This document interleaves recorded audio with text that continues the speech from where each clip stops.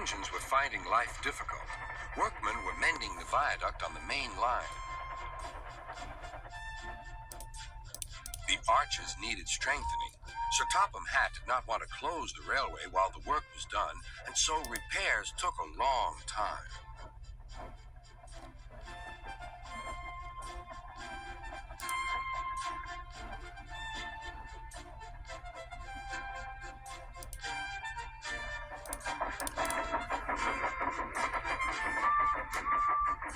The engines had to take great care when crossing the viaduct, and the delay often made them late on their journey to the junction, where they knew Thomas would be ready to collect his passengers.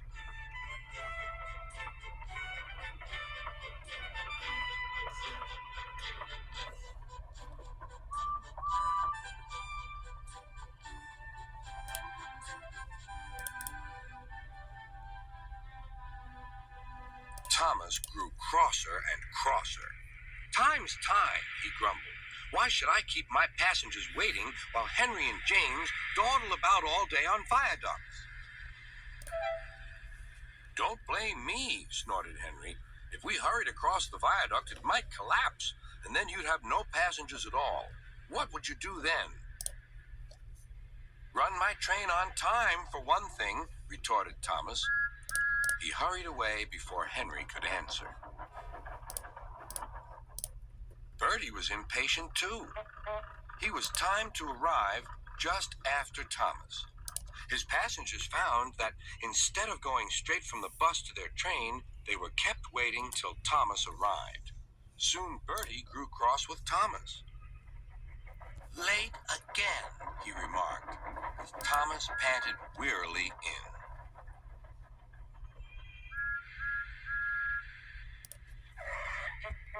"We may be friends, but I thought you could go fast, Thomas.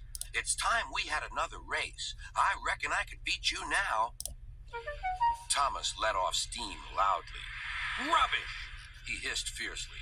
"It's those main line engines. They dither about on the viaduct, and they blame Sir Topham Hatt's workmen. It's just an excuse for laziness, if you ask me."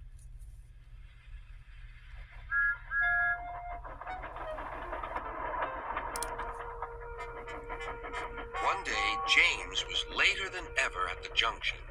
"I'm sorry, Thomas," he puffed. "I was held up at the station, and the viaduct made it worse." "It's lucky for you I'm a guaranteed connection," grumbled Thomas. Before James could answer, he puffed importantly away. Come along," he panted to the coaches.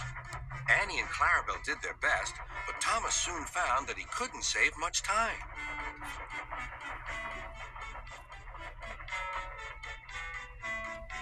Suddenly, Thomas saw Bertie ahead.